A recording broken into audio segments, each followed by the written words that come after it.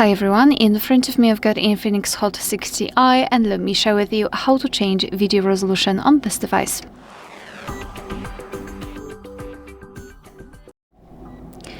So let's start with opening the camera app. And right now we are in the standard photo mode, so let's switch to the video one. Just tap on the video. If it is highlighted and if you can see the red dot inside the shutter button, it means that for sure you're on the video mode. Now we can take a look at this option bar, and on the right we've got the resolution, so let's tap on it. And here we've got 4 different options from which we can choose. We've got 2 different 1080p's and the difference lays in the frames per second, 720p and 2K.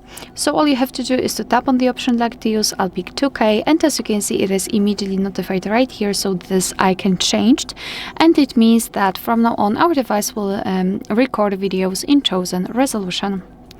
Alright, so that will be all. Thank you so much for watching. Please hit the subscribe button and leave the thumbs up.